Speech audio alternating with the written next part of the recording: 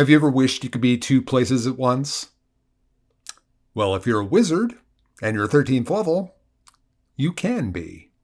And behind today's secret door, the joys of Simulacrum.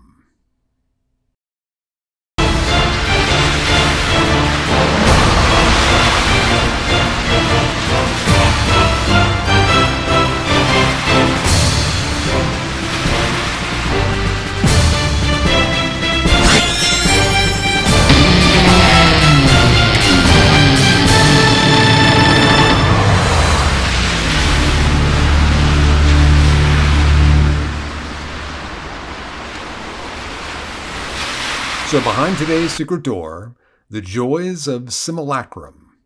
This is Secret Door, a channel devoted to in-depth discussions about Dungeons and Dragons, and my name is Matt Morich. Before we get started, I have started a Patreon. If you're interested in supporting the channel, that would be greatly appreciated. The links will be in the description and the pinned comment. So this is just something I'm doing for a bit of fun. After doing the Bladesinger test drive, the idea of the Simulacrum has been haunting my mind, so I just thought it would be a fun topic to do as a video. One of the things that has kind of interested me in reading a lot of responses and comments is that there are folks out there, and not just recent comments, but since I started the channel, that seem to be under the impression that 17th level is where the real power is for a wizard. And it starts a lot sooner than that. If you wanted to look for one spell to point to where D&D just goes off the rails for a wizard, it's Simulacrum. So instead of making 17th level the big goal, I really think 13th level should be the goal. And really between the two, 13th level is far more likely to happen than 17th level ever will be. Most campaigns are going to peter out around level 14, and a lot of them won't even ever see level 14 for a variety of reasons. People get bored, the campaign breaks up because of schedule, blah, blah, blah, blah, blah, blah. Things just happen. But 13th level is still a long way down the road, but you could still get there. And I don't like normally talking about high-level spells, but for the reasons I just mentioned, I figured it might be some fun. So without just basically rereading you the spell description, it's a 7th level spell, which means you'd have to be a 13th level wizard to cast it. And it is something that you could use a wish on. Wish can be used to replicate any 8th level spell from any list. So Simulacrum's a good choice, and you'll see why. It takes 12 hours to cast, and you have to have enough snow or ice to be able to make a sculpture that is in the shape or form of the thing that you're going to duplicate. And in addition to that, you're going to need a fingernail or a lock of hair or some body part of the target that's going to be duplicated. And then after all that is said and done, you sprinkle powdered ruby over the form, and that has to equal 1,500 gold worth of powdered ruby, and that's consumed when the spell is cast. When all that is said and done, you've got your Simulacrum. Now, your Simulacrum is a duplicate of whatever it is you were trying to duplicate. For the sake of this test drive, wow. For the sake of this video, I'm going to assume that you're going to be duplicating yourself. But in theory, you could be duplicating anybody. They don't have to consent to this. So if you were to get a lock of hair or fingernails or something like that from it doesn't even have to be a party member. It could be anybody. You could make a Simulacrum of them. The Simulacrum also has half of your hit points. It has all of your abilities and statistics. But if you do have spell slots, which of course as a wizard you do, if it burns them, it can't get them back, and it can't advance in level or increase in power. But it lasts until it's killed or it's dispelled. And if you were to ever make another Simulacrum, the old one is destroyed. Now, let's just stop and think about this for a second. You're a 13th level wizard, and you've just made a duplicate of yourself. It's cost you 12 hours of your time and 1,500 gold.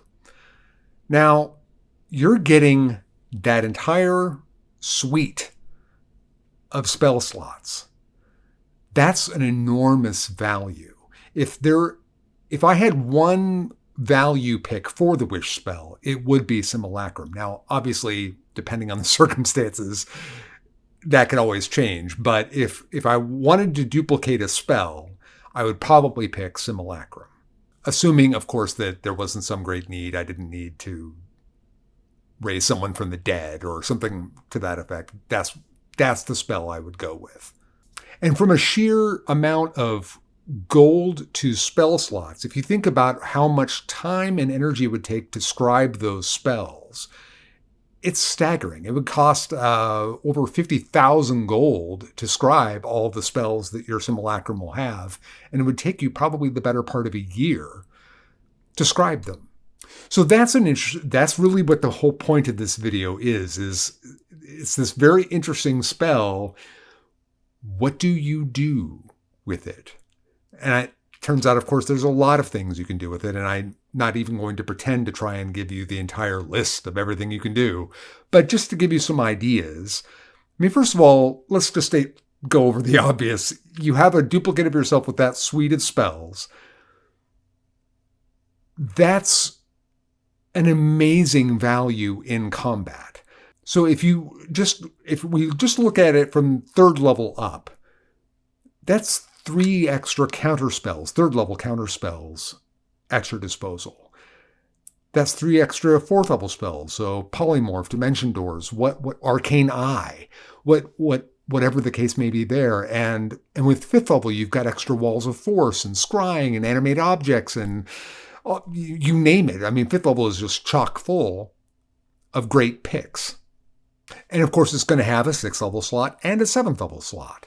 But in combat, this is an incredibly potent thing because that's a whole other concentration spell that could be any of those top great picks that's available to your party.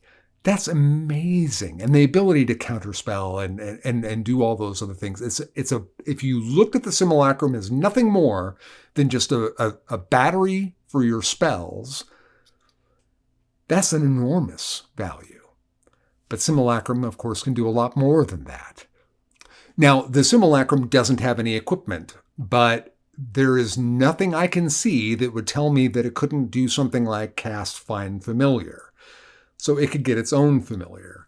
And if it has its own familiar, well, that's another value to the party as well. That's another help action if it's the owl.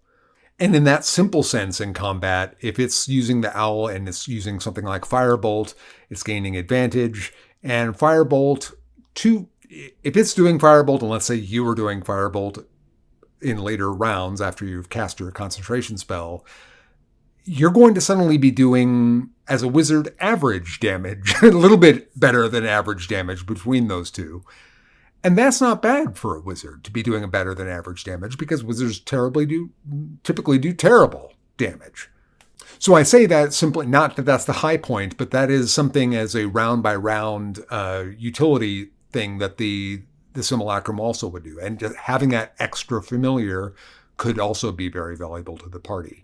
And I'm sure I'll touch back to combat again, but just leaving combat for the moment, all the other things you can do with this is kind of just, if you're a fan of Rick and Morty, you've now entered the stage where you can feel like Rick.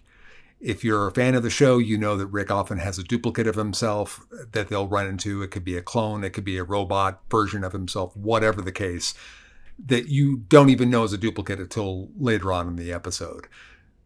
That's the kind of things you could be doing with your Simulacrum. So you can have it do the things, the petty work that you don't want to do. If there's a ritual that needs to be cast, have the Simulacrum do it. You have shopping you need done, send the Simulacrum to go do it. But aside from the silly, fun stuff like that, it can get into some more interesting shenanigans. If you had an arrangement to meet some party, whatever that party may be, to negotiate something, you could send the Simulacrum, and the Simulacrum could promise anything. and you achieve the deal that you want to do. And when it comes time to pay up, you could claim very easily that you had nothing to do with it. You could even then blame the other party for not even thinking that it could be a simulacrum. How could you be so stupid? Now, depending on who that other party is, you may not want to break a deal. That may not be a very good idea. Just because you can do something doesn't mean you should. But it just kind of opens up the idea of what you could pull off with another version of yourself. But like with the idea with the simulacrum being able to do rituals for you, things like Rary's telepathic bond is a ritual, and it's a 6th-level spell. And this is really great for a simulacrum because it doesn't consume a resource. So it could be using, and if the ritual needs to be concentrated on, well, there you go. There's the simulacrum to do it. So you could be accessing rituals that you might not otherwise want to because of the needs for concentration. So in this sense, your simulacrum could almost be acting like Oracle does for Batman. And because it has all of your abilities and statistics, if you were, say, a divination wizard, that means that the simulacrum is going to get divination rolls too. If you cast it at 14th level and you're a divination wizard, that means 3 extra divination rolls that can be used anywhere, anytime. If you have the lucky feat, so does it. And that lucky feat might be very useful in the defense of that simulacrum. And this brings up another point. Because the simulacrum only has half your hit points, by the time you're 13th level, on average, and you had a 14 constitution, say, that simulacrum is probably going to have 40 hit points. 40 hit points isn't going to go very far. And shield and mirror image would be what you would be wanting to do, bringing it into combat. But that's going to be burning those resources up pretty quick. Now, I say all that, but remember that the simulacrum is only costing you 1,500 gold. So while I wouldn't want to be burning those kind of resources willy-nilly in a combat with a simulacrum, it may very well be worth 1,500 gold to just simply have another target that the enemy is dealing with that is going to have a great difficulty hitting. And then, of course, there's kind of the amusing idea that if you have mirror image going and the simulacrum, which is an image of you, and it has mirror image going, that's a whole lot of you. That's just kind of fun. So aside from it being a servant, a lackey, an emissary, a spell battery, a way to routinely make the best and optimal use of rituals all the time, you could even have it you could just leave it wherever it might be safe when you go out adventuring and have it sit there doing things that you would like to do on your own downtime. But when you get back, it's already done.